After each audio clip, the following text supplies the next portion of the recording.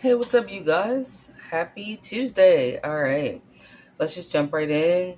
Um, the narcissist does not like and gets bored with stability. Any form of stability, they just get bored with it.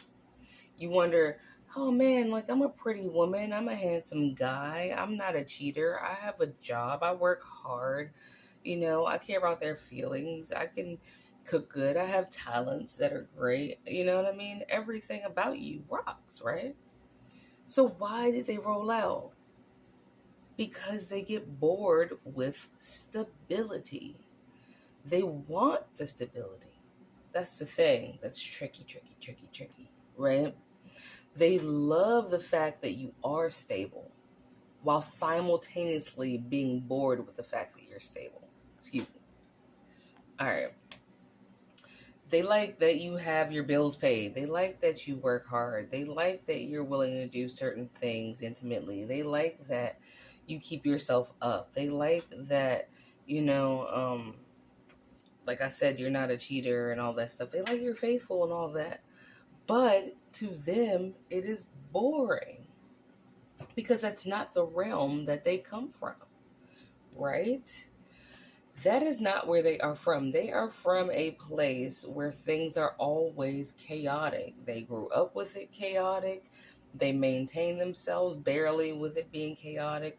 Their friends around them are chaotic, if you can even call them friends, right?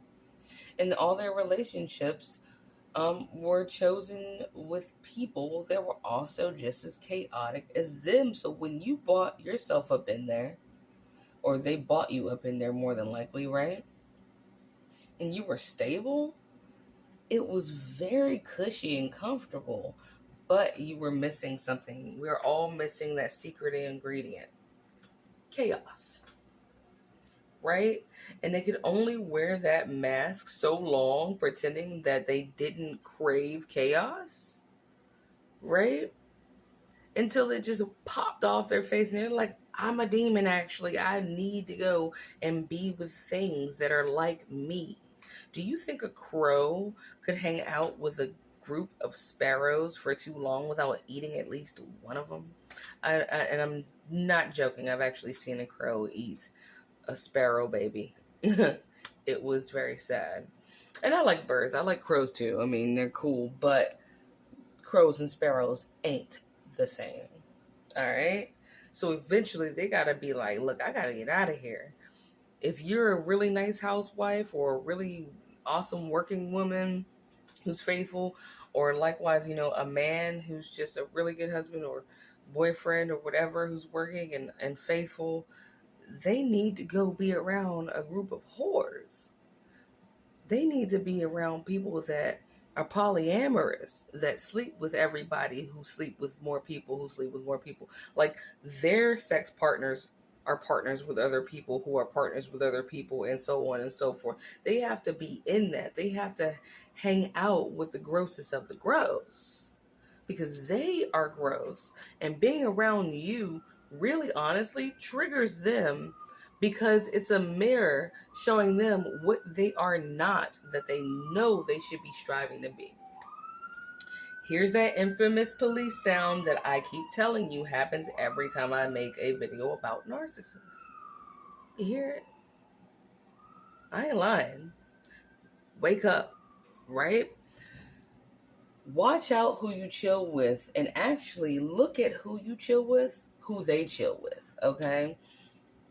Look at who the person that you are with or are thinking about being with. Look at their friends.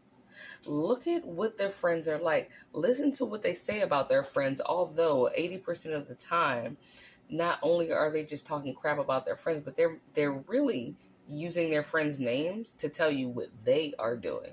Oh, my friend, like in this last case with my ex-narc, oh, my friend Dave is such a hoe. He's a cheater. He's doing this. But really, that was you, bro. I mean, sure, was it true about Dave? Yeah, but really half the time he brought up Dave's name, he was talking about his damn self. Just to see what I would say.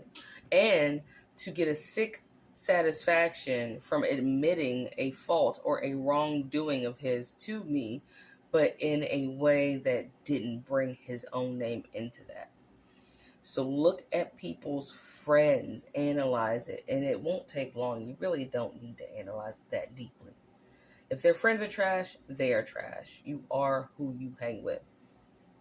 Right? Back to the fact that the narcissist does not like stability, although they enjoy the cushiness of the stability that you have. Right? Let's go back to some biblical stuff then. Since we've been kind of getting in there, let's talk about Peter, who hung with Jesus, right?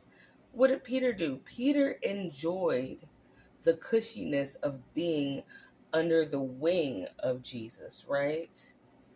But what Peter, and even though Peter cut off an ear or so I'm not going to say he didn't cut off an ear. However, even though that display of I got your back was set out there, when the crap hit the fan, Peter was not there. Why wasn't Peter there? Because someone in the crowd said, hey, aren't you that dude that hangs out with this Jesus guy? He's like, nah, man. Why did he say nah? Because Jesus was getting hemmed up. His stability was getting hemmed up. His stability was going down. His stability was getting beat up, spat on, right? He didn't want that smoke, right? So all that hanging together with Jesus the whole time, soaking up that stability, right? And that comfort. When the crap hit the fan, Peter was like, nah. How many times? 3. Remember, Jesus said, yo, before the cock crows, you will have denied me 3 times. Oh, not me, Jesus. How many times did that narc say? And in my case, he was like, I would never get a divorce from you. Like, I don't believe in that. Like, there's nothing we can't work out. In it to win it. Ugh, right? Until the crap hit the fan, which he created in my case. He created in my case, right? Then he was out. What happened to all that, like, in it to win it, ride or die? It was just like riding. I ain't see no dying happening, okay? It was just leaving me with the bills that were unpaid, that he ran up. Leaving me with the kids, leaving me with, you know what I'm saying? And that's exactly what Peter did. Now, I can't call Peter a narc. Everybody that makes a mistake is not a narcissist. Let me make sure you know that. But for the sake of an example, look at that joke in the Bible, bro. Peter was like, yeah, I don't even know him.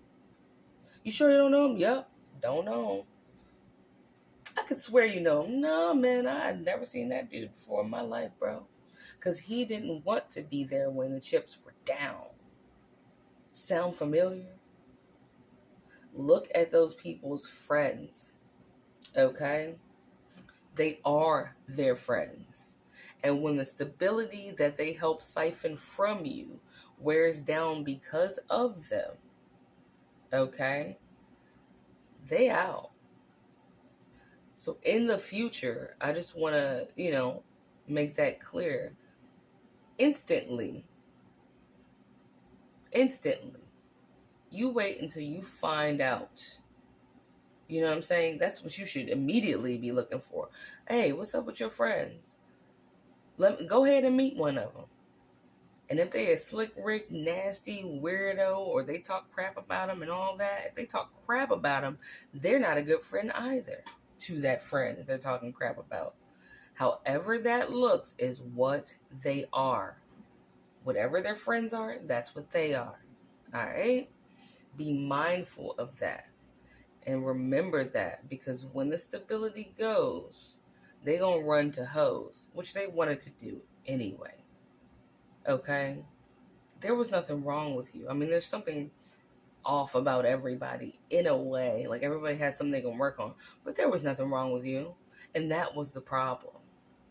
So, when someone starts to get bored with your stable life, with you not cheating, not being a drug addict, not being lazy, you actually go to work or do your whatever you do, right?